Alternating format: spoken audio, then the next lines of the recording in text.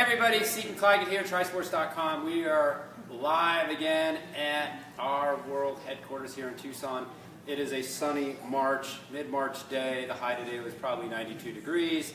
And today, we're with the world-famous, world-renowned, one of the most respected endurance women I know, Hilary Biscay, is here with us today. And she's here with her camp. So, that being said, welcome. Thank you. Thanks for having us. Yeah, so Hilary, I don't know if you know this or not, but she used to live in Tucson, and now has moved back to Cali, right? You still sort of live here. You still have a house here. Everybody still sort of always lives here if you're an endurance athlete, because it's hard not to want to come back, because there's a lot of, it's a playground. Exactly. It's a playground. It absolutely is. So, so you have a lot going on right now. You've taken the step away from being a pro triathlete, right? She's only done 66 Ironmans, which is just crazy, and killed it at Ultraman. We call it Ultra Woman now, right? Started up Smash Fest, right? Smash, and now we have some camps. So I want to kind of talk about all these. So tell me just, how did you go from, I want to start doing triathlons to, yeah, 66 would be a great idea? That's a fantastic question. I'm not really sure, but I think it probably started about 5 years after my first Ironman, which was in 2001. I did 6 Ironmans in one season, and that was going from like 3 the previous year to 6 in a year. I think once you start doing like 6 in a season, I mean, there's just kind of like what's another one, or 3, or Ultraman, or at that point, who's counting? And then you rack them up very quickly. Doing Ironman, you know, I think back in 2001, you know, I mean, it was rare. It was really rare a pro would do more than 3. Yeah. I mean, 3, that was a far stretch. Usually it was 2. It'd be 1 and then Kona. Yeah. Maybe. So how did you go to, how did you even, like, where did 6 even come from? Well, I mean, quite honestly, it's like I had to make a living, right? And I've never had the kind of speed that I was going to make a living racing 70.3s or Olympic distance races. So I, quite honestly, needed to race that much to make ends meet. And, you know, I had taken a leave of absence from PhD program and teaching at USC, which was something that I loved. And they gave you a 2-year leave of absence. Within that, you can come back, no questions asked. And I was in year 2. And I had really said to myself, like, this needs to be a viable profession. And I need to have a lot of fun doing it, because I'm certainly not going to become a millionaire doing it. So it needs to be really fun, I need to love it, and I need to make a living. And this was year 2. Year 1, I had one sponsor that paid me $5,000, and I had made $3,500 in prize money. And I had started coaching, and had a bunch of athletes through a clinic that I worked at that paid me $70 a month per athlete. So year 1, we were charging a lot of things on credit cards. And year 2 was the year that things got real. Like, I had to either make a go of it or go back to school. Not a bad option, but I really wanted to try to make a go of it while I still had my youth and health intact. And so, given that I wasn't going to make money really any other distance of racing, quite honestly, I needed to race 6 times. I was able to do 6 and get top 5 at all of them, and that earned me a whopping $27,000 in prize money from those races. And yeah, it was really out of necessity. I wanted to be able to make a living doing this, and that's what I had to do. That's amazing. Like that. That's a hard way to make money. Well, it is. It is. But I mean, I loved every minute of it. But I just take such like umbrage now at this, you know, these disappearing pro prize purses, you know, around the country here, and people are saying like, pros are looking for a handout, an easy way. I'm like, believe me, that was not an easy way to make a living. But the fact that I could go to a race, you know, 4 weeks after another one, and you know, make a $3,000 check here, that was the difference between me being able to have a career in the sport and not. And I hustled my ass off to make that happen. But like, unfortunately, those opportunities now domestically for pros are really going away. Yeah. So I've wanted to ask this, and I've wanted to write something about this. Now I'm going to talk about it live on camera. And so, do you think Ironman is breeding quitters? And I say this because you come from the mentality like I do, like and a lot of us do. Like, I am not going to quit. Right. Right. I am not. And up until you raced with broken legs, you finished all your races. Right. And so, but I look at the pros, and you go to this race, and you're like, look, it's not my day, and you pull the plug and you do a DNF, which is like, it's sacrilegious for amateurs to pull the plug, right? And for most people, I think a lot of pros it is too. Right. But they go to these races and they put their eggs in the basket and they're like, I got to pull the plug. There's another race next week. Right. So what do you think about that? I mean, that was still, despite the fact that there are less prize purses to go around now, that was still the situation when I was racing, and when this season I was talking about, 2006, which was 10 years ago. But that was still the temptation then, and actually probably even more so because there domestically, here in the States, there was almost always like another race in a couple of weeks. Now you're hard pressed to find another prize purse Ironman without flying over to China. Yeah. And so that is a very real temptation as a pro, and I understand why people make that decision when they do. But for me, I raced for 4 years as an age grouper when I started, and this didn't start out as a profession. And it started out because I absolutely love that feeling of wreckedness and the not being able to get out of bed the day after the race and your body hurting so bad to sleep on itself that you couldn't sleep. That's why I got into this. It was that feeling of completely pushing yourself to your limits, and that is something that I could always attain whether I was going to earn a paycheck or not. That spirit of the sport was what brought me in, and as I've said a million times, there's a lot of other things I could be doing and making a lot more money. So to me, it was very important that I was in this for that reason. I was in this because of the spirit of Ironman, which to me does not involve quitting. And so I was always going to maintain that. That's why I'm here. More than making a paycheck, more than anything else, it wasn't worth compromising that to make the professional decision and find another race and not finish when I was going 11 and a half hours as a pro 1 year in Ironman Arizona when I flatted and I couldn't fix my tire. I had 75 minutes on the side of the road waiting for help because I had the wrong valve extender. It was a dumb mistake on my part, but 75 minutes. I'd been third the year before, and that was my race done.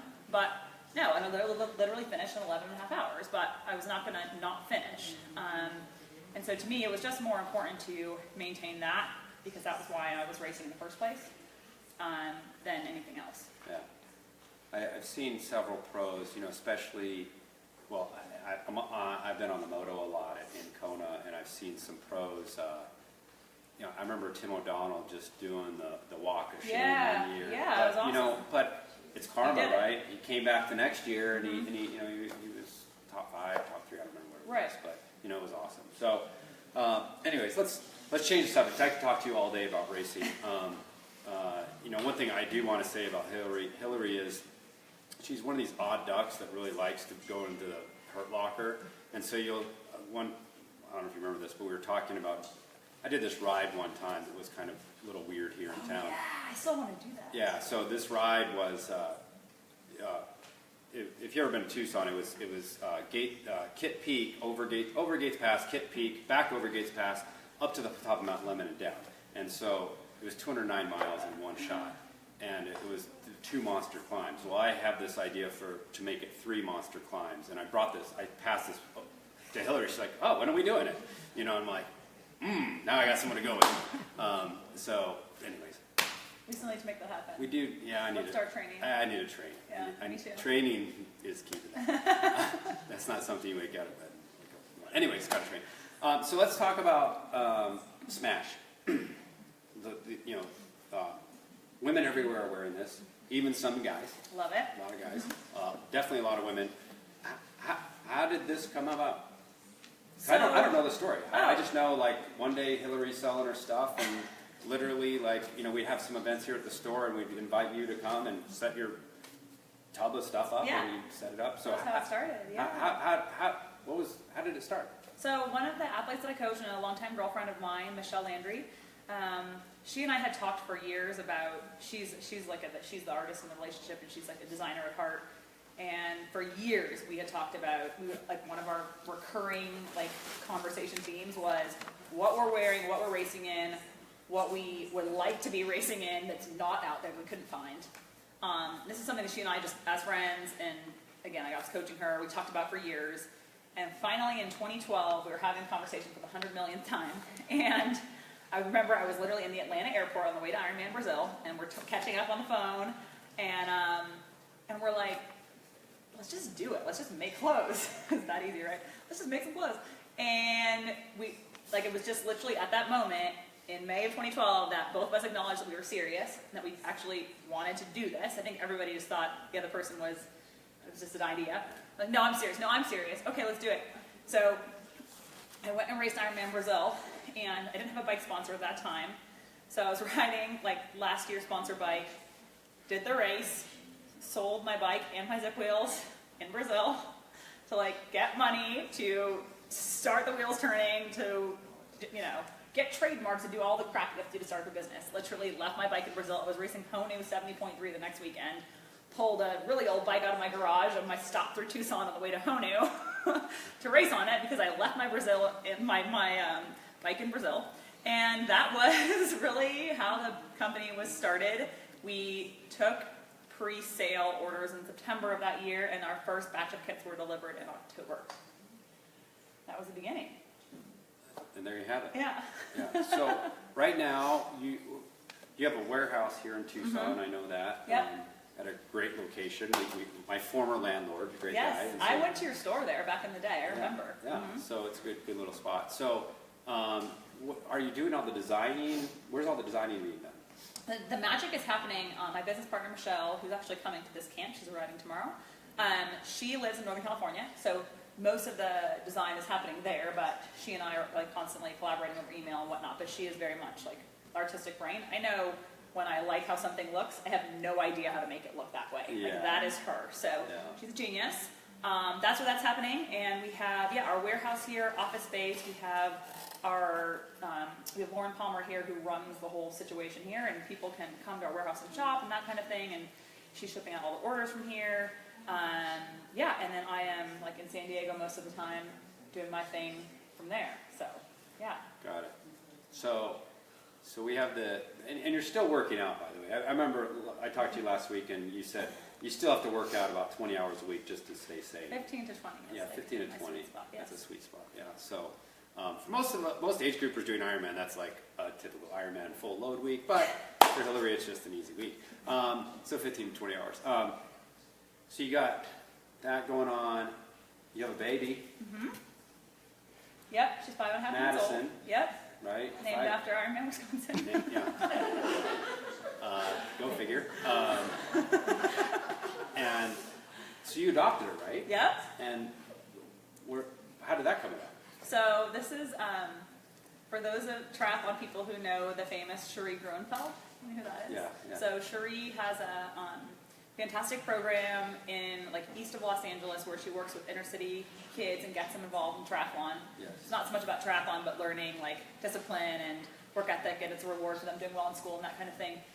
And when I lived in LA in my previous life, I volunteered with her program.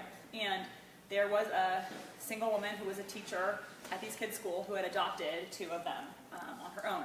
And so through my work with Exceeding Expectations and those kids, I was just so inspired by this teacher who had adopted 2 babies. So I decided way back then, 5 years before I met my husband, that this is what I was doing. I was adopting a baby no matter what, by myself, with someone, I don't care, I'm adopting a baby. So this is something that's been in the works since 2004, but really most recently been in the works for 3.5 years it took. It was quite a long process, and of course Madison arrived in the year that we had 10 athletes racing in Kona, and had this big trip planned out there obviously to support them, and she was due November 3rd, but came on September 24th, and was early, so we were in the NICU for 2.5 weeks, and we watched Kona from her hospital room instead. But wouldn't have it any other way, and I feel so grateful that she's finally here. That's cool. A lot of new responsibilities. Yeah. I heard Mike is getting pretty good at pushing the baby jogger. He crushes it with the jog stroller. He really does. It's quite impressive. Yeah, that's good. So now we have, let's see, athlete, we got Smash going on, we got Mommy going on, and you're coaching. Yes. How many athletes are you coaching? That is my first love, and I coach about 25 athletes one-on-one, and I now have 3 women who work under me and have their own athletes so that we can help more people, because 25 is about as many as I do. And yeah, I have 3 very capable women who are my athletes who are spreading the philosophy, and they're fantastic. So we have 2 training camps now with a lot of our athletes, and then some other athletes who aren't our personal athletes here in Tucson. 2 training camps now. We have an all-women's camp coming up this summer, and yeah, I mean, I'm obsessed with coaching. This is my I feel like it's my calling in life. So now that you have these women, see, my mom sold Mary Kay for right. So is Hilary's coaching business like the new version of Mary Kay? Are we going to look at Hilary one day and be like, remember Hilary? Your girls are going to ride pink bikes? Well, a lot of them do. They're in black and pink diamonds. That's what they do. Well, see, this is like Mary Kay kind of thing. Yeah. I'll make sure my mom watches this so she knows I gave her she's done Mary Kay. I love it. Yeah. Anyways, like I said, I could talk to Hilary all night. If you haven't met Hilary, by the way, she's one of the most, if not the most engaging person to talk to. Seriously, I love talking to you. You get her one-on-one, and she cares about what you're saying. And most people, they look at you, but they're looking through you, or their head's somewhere else. And I really like. Thank you. It's really special. So, with that being said, anything you want to talk about more? No, I mean. Okay. Let's see if there's any questions. We've got some questions. Ashley wants to know what your go-to piece of advice would be for someone new in the sport. So Ashley wants to know what the go-to piece of advice would be for someone new to the sport. Gosh. Consistency is king, really, or queen, as the case may be. There really is, as much as I would love to tell you this as a coach, that I have some magic secret formula for you, really this secret to improvement is simply showing up every day, getting up when your alarm goes off, and getting out the door and doing the training. 7 days a week, 52 weeks a year. You do that year after year, and you will get good at this. We have another one. Dan Beaver wants to know if Dan Beaver is your best athlete. Dan Beaver wants to know if Dan Beaver is your best. Dan Beaver might land himself a Kona qualification at Ironman Australia, and then he might get within the realm of his wife's ranking. All right. Danielle wants to know, she says, hi, Hilary, what are your best recovery practices? Oh, that's a great question. What are your best recovery practices? You have to be the queen of recovery. I definitely used to be better at it before I was trying to multitask as much as I am now. But in my previous life, I will say, and something that is still pretty easy to do now, number one, eating within 20 minutes of finishing a session of any significance. It's really the more you can replace the calories and hydration that you just lost in the session within that short fueling window when you finish, that's first and foremost. Kay says thank you for all you do for equality for women in triathlon. All right. Kay says thank you for all the equality that Hilary does. And Deanna wants to know about summer camp. Summer camp. Details to be released in the next week or so. But Alyssa and I will be putting on an all-women's camp here in Tucson with some fun field trips, out to Parker Canyon Lake and running on the Arizona Trail out there, and to cooler places because it'll be in August. Yeah, super, super pumped about that, and we'll be coming out with details in the next few days. Cool. Do you guys have any questions? The big audience out there, you guys have any questions? They get all weekend to pick my brain. They get all weekend. Lots of quality miles on the bike. Pam has a question. I have one. Yes. If you would talk a little bit about your change in diet and how that has affected your training. Sure. About, holy cow, 8 years ago now, I started gradually cutting animal products out of my diet. And this wasn't a performance-motivated choice. It's just because I'm obsessed with animals, and I finally couldn't live with myself eating them anymore. So I slowly started eliminating those out of my diet and pretty much eat completely free of dairy and definitely no meat, that kind of thing now. And to be quite honest, I should have sought professional help in the beginning. I just winged it and just cut this stuff out and replaced it with like bread, which was a terrible idea. So my performance did suffer for like 2 years, which is a long time and a long painful time when you're racing as a professional. But I never went back because my the decision wasn't performance related and had other motivations. So I finally did get professional help and figured it out. But I would say for someone making that kind of a drastic change, find a nutritionist or someone to help you and like shortcut the learning curve that I had. Yeah, when you know, Hilary had her other camp here earlier last week, whatever that was.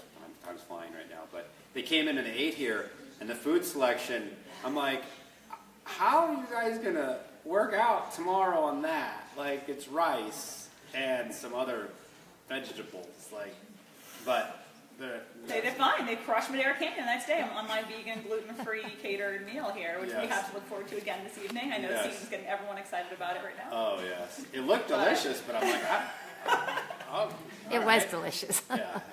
So Chris Stafford wants to know, what does it take to get equality for women in Tri and Kona? Chris Stafford, I wish I knew, because if I knew, he would have done it by now. We need Andrew Messick to change his mind and decide that professional women are worthy of the same number of spots as professional men, because there are not many people in the world besides him who don't think that. So really it comes down to one man who has the decision-making power in this situation. There you have it. From Any the horse's questions mouth. from the audience? Not that she thinks anything different. But, all right, so thank you, our studio audience, for being here. And thank you, everybody on Facebook.